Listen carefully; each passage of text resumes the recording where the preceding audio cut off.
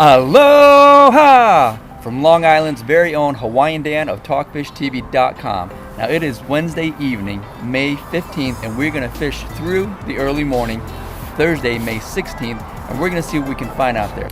We're going to try to improve on the epic 3-hour non-stop striper blitzing action that we had yesterday by introducing the fly rod today, an underwater light, and a few more cameras. So let's get out there and see what we can do. Talk to you in just a little bit.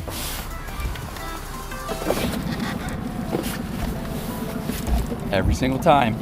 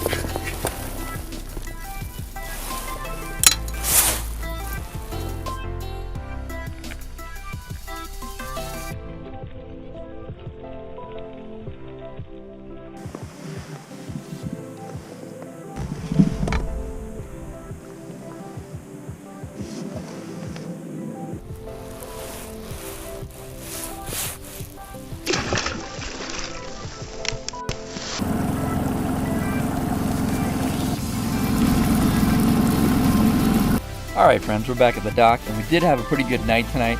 It wasn't quite as exciting, and they weren't actively feeding and blitzing like they were last night. I even stayed a little bit longer than I probably should have, just waiting to see if the change of the level of the tides, the change in the pace of the tides, might have swung that bite into action even further. But I will tell you that a really important factor is to match the hatch that we discovered what that rain bait actually was. It's actually, and I don't even know why it didn't dawn on me this time of year. It should, absolutely. They're feeding on sand eels. The sand eels are probably from the one, I'd say the biggest is 3 inches, but you really got to match that profile, match the action and the water column that they're hanging in order to catch a bunch of stripers. I do think this is going to be a great weekend for fluke as well. The weather's going to hold up for us. Everything is warming up, the ambient air temperature, the water temperature. There is a ton of bait fish moving in the area. And I also noticed some bunker in the area tonight too, so the bigger stripers should be moving in. And also stealth mode. I can't express that enough. Stealth mode is key when fishing these inshore areas. For me, skinny water is anything less than 15 feet. If you're running a gas motor in that area, you're absolutely going to mess everything up. You will scare all the bait fish away, you will scare all the predator fish away, and you won't be able to catch anything. It's too shallow, and those gas engines are much too loud. So that's one of the great things about Sea Eagle inflatables is we use a sound dampening material, and these boats are designed by yours truly, by Fisherman for Fishermen. And so they're designed specifically to catch fish. They drop in super skinny water from 2 to 3 inches. If you're dropping a trolling motor, about 6 inches is what you'll need. And they're stealthy and they're quiet. As you can see, most of the time I'm fishing these inshore areas, I'm fishing with a trolling motor because it's completely quiet. The worst thing you can do is have people come up on your spot with a gas motor and it just scatters everything. And I'm all for sharing. I love company. I love seeing other people fish and catch fish. But that's just the thing. I want you to catch fish. So if you don't already have a bow-mounted trolling motor, then you might want to consider investing in one. I guarantee that it will increase your catch rate and your success rate, and you'll have a bunch more great days out there on the water. So until tomorrow, this is Long Island's very own Hawaiian Dan from TalkFishTV.com signing out. Aloha.